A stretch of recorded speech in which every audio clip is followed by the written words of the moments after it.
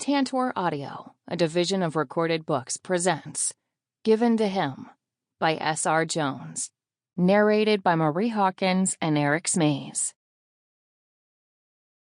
Prologue. 6 months earlier. Leah.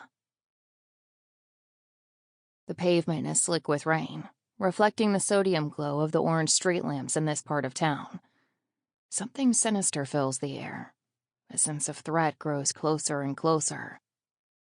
I hide in the doorway, unsure whether to stay here and hope the men pass me by, or whether to run for it.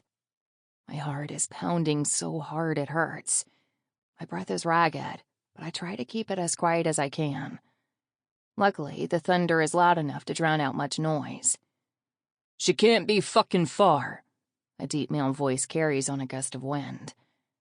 Is this how it ends for me? In a darkened doorway in the rain, on a cold autumnal night? "Oh, Julia, we know you're here somewhere." The sound of my cousin's voice carries to me. Sick bastard. That he'd kill his own flesh and blood is shocking enough. What I witnessed him doing? Even more so. "If she goes to the police, we're in deep shit." I don't recognize who is speaking. My cousin and his shady friends are all idiots, but dangerous ones. They might not be conventionally bright, but they have the low cunning of a fox and the builds of bears. Steroid junkies that work out daily at the Spit and Sawdust gym on the end of our estate. There is a working man's club, too, where they drink all day. Not alcohol, but Diet Cokes while they watch sports, play pool, and make their shady deals. I knew my cousin was bad. Ever since Mother and I had to move in with my aunt and him, my life has gone to shit. I didn't know how bad until I saw him and his friends kill a boy from a rival gang. And when I say boy, I mean a kid. He was probably only 17, maybe 18. The stench of his blood stings my nostrils still. A sharp metallic tang I can't seem to get rid of. I should go to the police, but no one from my area trusts the cops. They are leakier than a sieve, and anything you tell them ends up right back on the street. Glancing around me as I blink the water from my eyes, I see a neon sign across and up the alley, shimmering like an oasis in the desert of grim gray. The guys are still looking vaguely in my direction from what I can see, so I can't make a run for it. Then, as if God himself is looking down on me, a couple of female voices come from the far end of the alley, and the guys turn and start to move toward them. My heart speeds up and my muscles brace. This is it. Now or never. I take the chance. Head down, not even daring to look, I dash across the narrow alleyway, heading toward that glowing sign reflected in a puddle on the ground, and hit the doorway hard. The air rushes from my lungs on a whoosh, and I ignore it, pushing the metal bar with both arms and spilling inside the door into a dim, smoke-filled room. Two things hit me at once. This place is full of men who are in their 50s and 60s, and many are smoking, which is illegal in bars and pubs in England. It tells me this place is rough. I swallow hard, push my rain-sleek hair back from my face, and walk toward the bar, head high as if I'm not the only female in the place. There's no one behind the bar, and every male gaze in the place is fixed on me. Not in admiration of that, I'm sure. I must look like a drowned rat. Curiosity, though? They will be wondering what the hell a soaked-to-the-skin 20-something girl is doing in their territory, I'm sure. "You got identification, love?" A woman enters behind the bar from a side door. Yeah, 1 minute. I rummage in my bag, my fingers shaking. God, I need to calm down. Finding my student union card in my wallet showing my name and age, I slap it down. This isn't a nightclub, just a dingy bar, so it ought to be legal for me to drink in here. Anyone over the age of 18 can drink in pubs in England. She glances at it and then back at me. "Are you sure you're in the right place?" She frowns. "It's pouring down outside. I saw your sign and thought I'd stop in and get a drink." Her frown deepens. She's watching me closely, and there's something cold, reptilian in her regard. I shudder and reach inside my wallet again. Taking out 20 pounds, I put it on the counter. Brandy and Coke, please. Make it a double. I need the alcohol to warm me and chase away the panic. She doesn't answer me, but with one long, lingering look, she finally turns away and grabs an old-fashioned round glass, the kind with a long stem, and fills it twice from the optic on the bottle. She adds a spritz of Coke from the soda tap and hands the drink to me. No ice and a slice in this place. Far too seedy a joint for such embellishments, it seems. My stomach rumbles. Do you do food? She snorts. Crisps or nuts, take your pick. Bag of peanuts, please. She grabs them and practically throws them at me, the plastic wrapping skidding across the dirty countertop. I take it and rip it open, ravenous suddenly. I've been without anything to eat for hours. I was due to grab a snack when I got in from work, but I took that fateful detour when I heard the sounds from the garage. Blood, knives, laughter, then screams. Nope, not going there. Not yet. I can't. Right now, I must focus on getting somewhere safe. I have money at least. Enough to last me a week or so. After that, I'm screwed. Really, I need to get away from here. It's not going to be safe for me any longer in this dump of a town. Morum is a poverty-stricken seaside town that lost any glamour it held a long time ago. The seafront is run down, the pier a mockery of the days when families frequented it. Now the slot machines and penny arcades are full of teenage boys dealing drugs and drinking cheap cider. Crime is through the roof, and unemployment is rife. I always wanted to live by the ocean as a child. But when Father left and my mom took us to live with her family down here, I soon realized it's not all I hoped for. I've been to lovely seaside resorts, places like Robin Hood's Bay, Staithes, or Sandigna. Morum is nothing like them. It's a boil on the backside of Britain, if you ask me. The woman brings my change, and I put it in my wallet and zip it up. I'm gonna need to get out of here tonight, if I can, and get some new identification. Luckily for me, my best friend is a graphic designer who can make anything look good. She's already on the job of knocking something up and will message me as soon as it's done. She's also not asked questions, as I told her right now, I can't answer them. Once it is ready, I can print it off and find some work. I don't need something to fool the authorities, only good enough to get a shitty waitressing job for a few months and some digs. Where, though?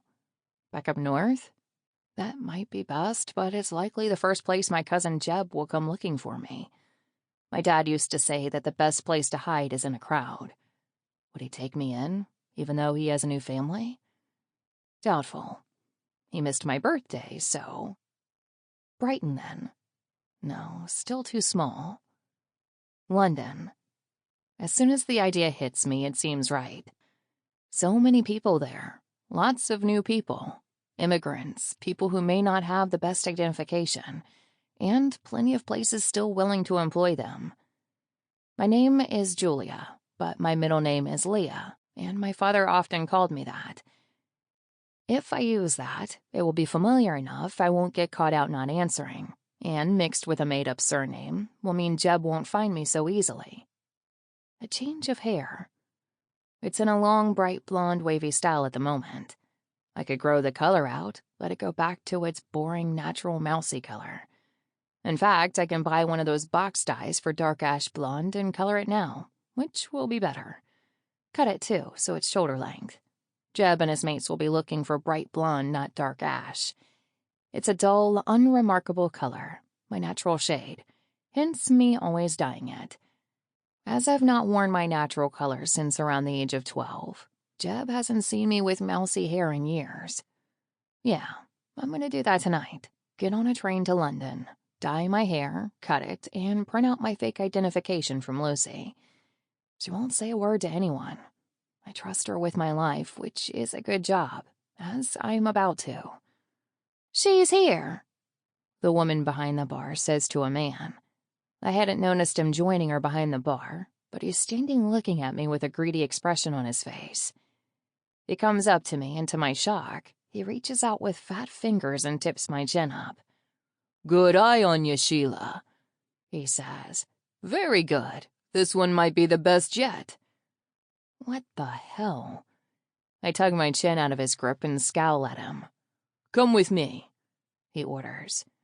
I shake my head. "I want to offer you a job. In London. Not here, though. We can talk in the back." At that moment, my phone pings, and I glance down to see the identification has come through from Lucy. "Do you have a printer I can use?" I ask the woman. "Yeah, but it's in the back, where he wants you to go. He doesn't bite, love." She laughs, showing yellowing teeth, and it turns into a chesty coughing fit. The man indicates the door leading from the bar that the woman came through. I swallow, far too scared to go anywhere with him, but also terrified to say no. I need that printer. Sheila leans forward, her breath sweet, but in a sickly way. "I'd go, love. You're about to be made an offer only a fool would refuse. You're not in any danger from us, but whatever you're running from won't be able to find where you're going, if you accept Mike's offer." How does she know I'm running? She smiles, and for the first time her face softens. "Seen young girls like you on the run enough times to recognize the signs, lovely. Go listen to what Mike has to say." I get off the stool and follow the man, heart beating far too hard. The bright strip lighting hurts my eyes, but I can't stop myself from staring at the man opposite me. He's being friendly, and has been almost kind to me. I have a cup of sweet tea in front of me and my newly printed out identification safely tucked away in my bag. He didn't comment on it, and in fact didn't read it, simply pulled it from a printer and passed it to me. "I don't understand," I say. "It's simple. You say yes, and you get paid £10,000 now. I can put it into your bank or pay you in cash. You come with me to London, stay in a veritable mansion with a group of other girls. You'll be given the best food, pampered day and night. Have a personal trainer, and in a few months you go on stage for auction. You'll be bid for, and you get 25% of the bid price, as yours to keep. You then spend a set amount of time which you choose and specify before the auction, with the man who bids for you. He can do what he wants with you in that time, but he can't hurt you. No marks, broken bones, damage to you in any way. You'll be his toy, but his precious toy, only to be let go a few days, weeks, months, or even a year down the line. Physically intact, richer, and if most of the girls are anything to go by, with a suitcase full of fine clothes and jewels. Some girls even end up staying with the man who bid for them." He wants me to auction myself off? Like an object. A thing. It's repellent. Abhorrent. "This is the house where you will stay." He shows me a picture on his phone of a huge red brick house. "It's completely secure, guarded. We take our role as protectors for you young ladies very seriously. I do have to ask about your sexual history. Virgins go for the most. We had one girl fetch 200,000 once. I understand, though, there are few of them around these days. The less partners and experience, the better. These men like the innocents, you know." He smiles at me, and it's almost paternal. "Between you and me, you don't have to tell the truth." I am a virgin, but I'm struck utterly speechless by this whole conversation.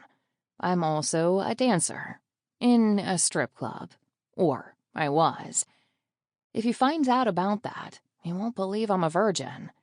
The club I worked in was very strict on the no-touching rule. I really did only dance.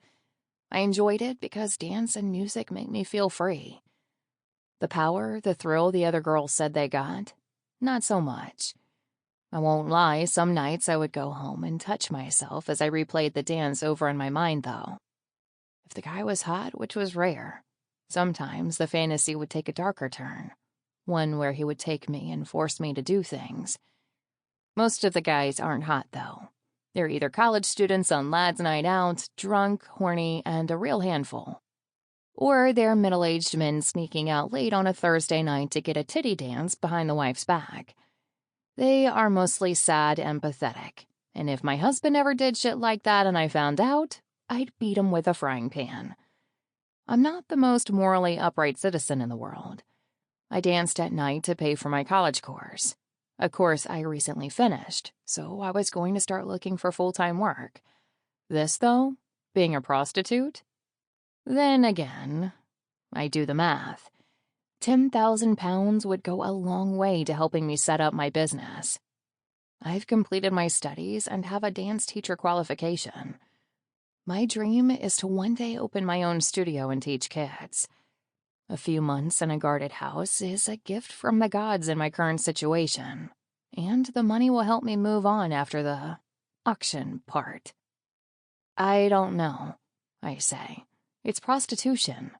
No, it's not, he says with a soft laugh. It's more like an arrangement, you know? An agreement. Heck, you could say it's like old-fashioned marriage. You stay with one man for a set period, have a relationship, and then you leave richer.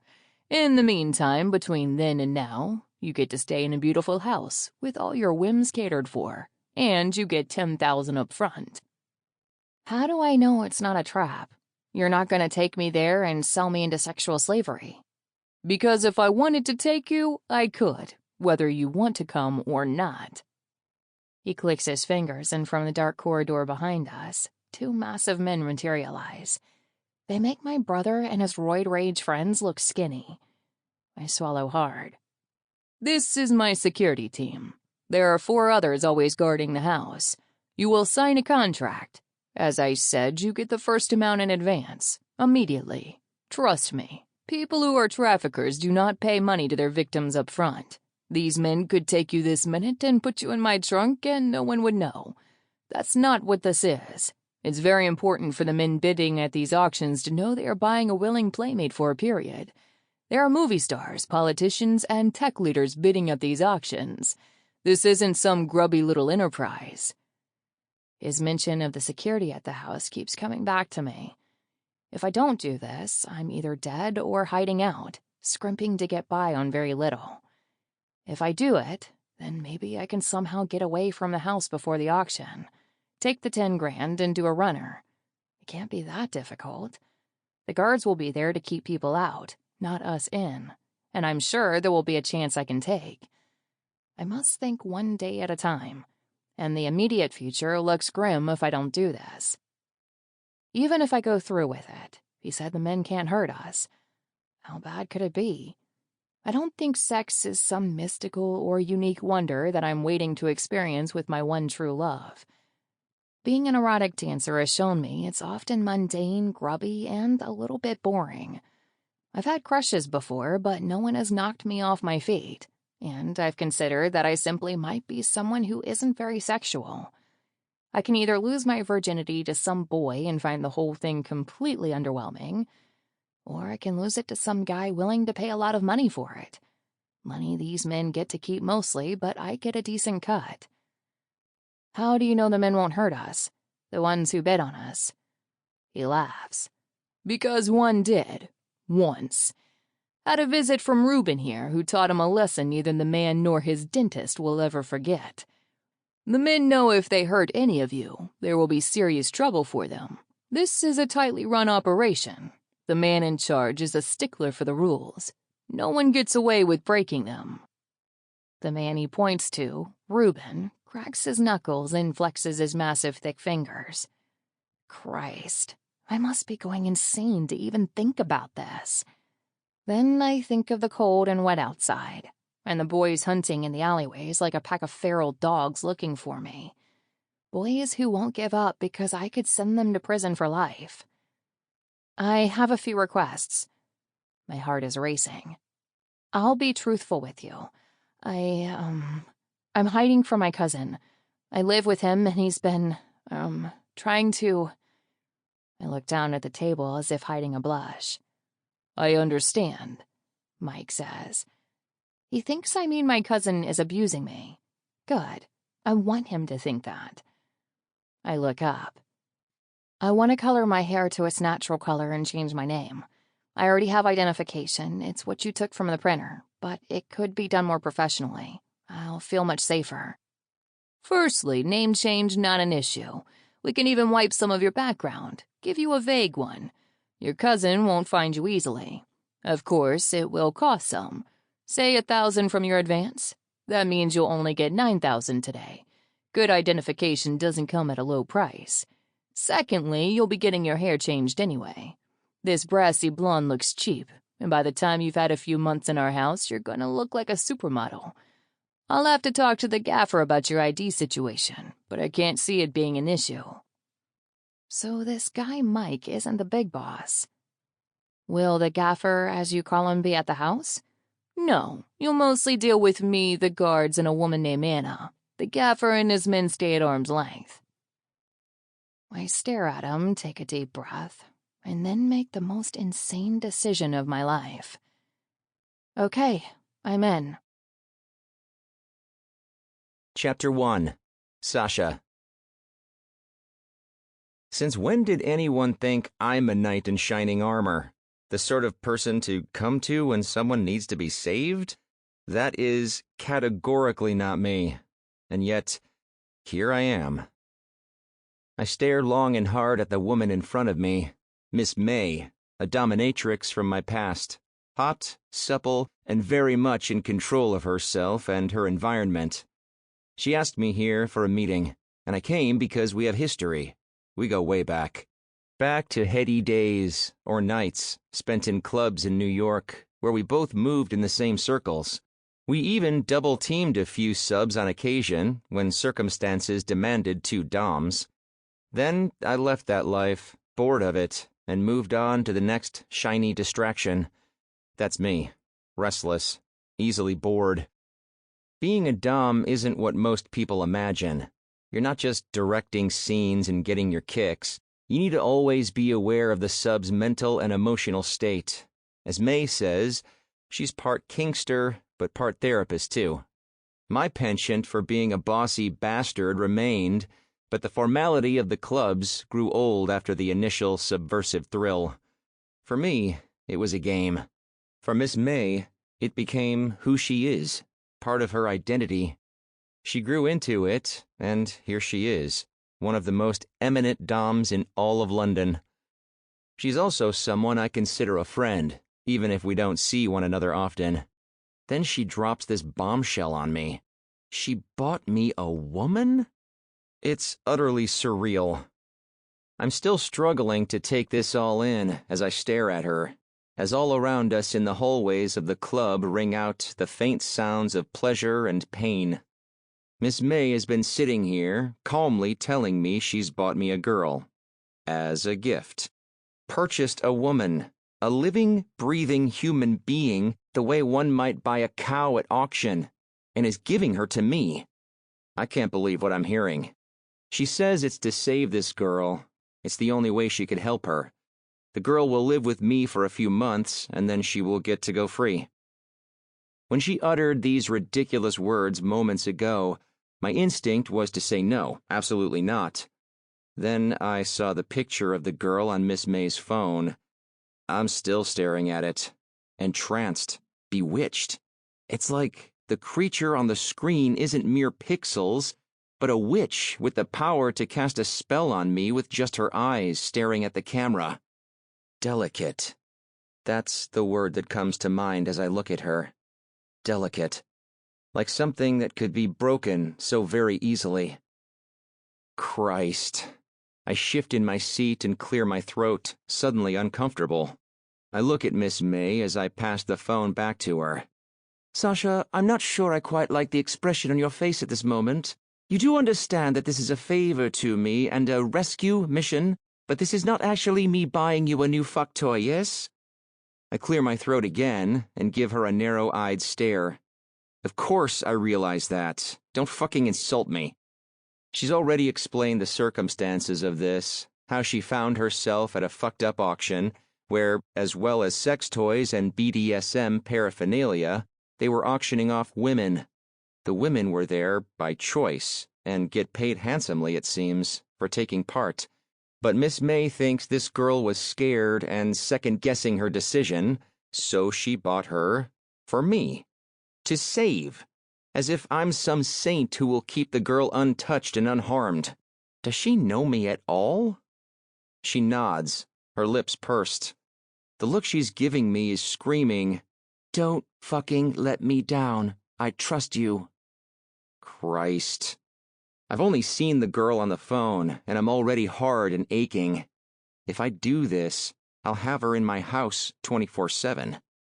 I mull over the information Miss May has offered in return for this favor. It's golden. It will give me a lot of power over my brother, enough to ensure he will finally give me the respect due in our organization. Okay, Miss May. I suppose the information you have for me and the leverage that this will give myself and my brothers demands a favor in return. I can do this for you. Thank you so much. She's going to be delivered here later this evening, and you need to be here to collect her. Collect her? Those words give me a sick little thrill. Beyond the worrying fact that this whole thing gives me a kick, there's the delicious chance to get one up on my brother. There are two ways this could piss off my brother, the great Nikolai Volkov. One, the information Miss May is trading for this favor will be my way of demanding an equal share of power in our enterprise, something which is long overdue. Two, the woman in the picture on Miss May's phone is astonishingly beautiful. Nikolai has recently lost his mind over a red-haired beauty named Sienna. He's married the girl for God's sake. I get why after seeing her. She's stunning. Nikolai must always have the best. Always. He normally gets it too, yet I am the eldest. We love one another and are close, but there's a fierce and vicious sibling rivalry that runs through our interactions. Our other brother, Maxim, I don't feel that way about. He's far too different from me to compete with. Nikolai and I, though, we're cut from similar cloth. If I do this, if I take this woman as mine, Nikolai doesn't have to know I'm not touching her. No one will. I'll simply say she's my girlfriend, and he'll hate it because she's more beautiful than his precious Sienna. He thought he'd found the rarest gem on earth in that girl, but I'm about to one-up him in the best way. Fighting back the smile, I focus on Miss May. I nod. I'll be here. Wild horses couldn't drag me away. Now that I've seen her, I'm not sure exactly how much of a knight in shining armor I'm going to be for this girl.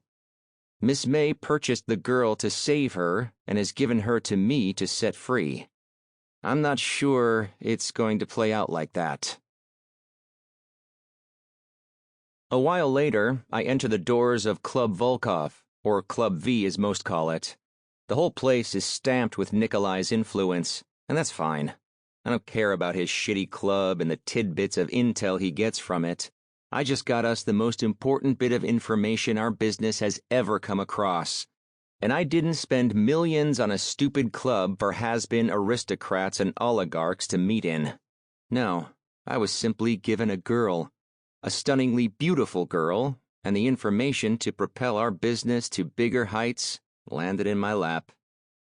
Miguel, vodka and ice, please, I instruct the barman.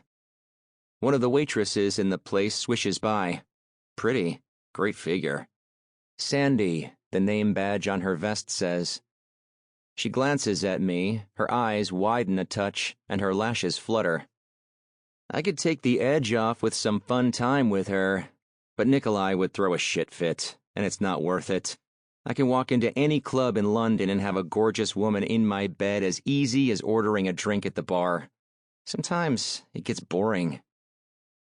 Nikolai scares women as much as he attracts them. Me? They think I'm all heartbroken and heartsick because of my sad eyes. Nothing could be further from the truth, but it gets me a lot of pussy. To be heartbroken, you need a heart. I am like the Tin Man, unsure that I have one. I used to believe Nikolai and myself were somehow defective. Maxim always had a heart, but it was battered and bruised so much, and now it's hardened and brutal. Nikolai, like me, never seemed to have much of one in the first place. Or so I believed, but seems I was wrong. My brother has gone and fallen in love. Maybe I'm the only one truly fucked up? Miguel slides a napkin across the bar to me and places the vodka on it. I take a sip, relish. Sample complete. Ready to continue?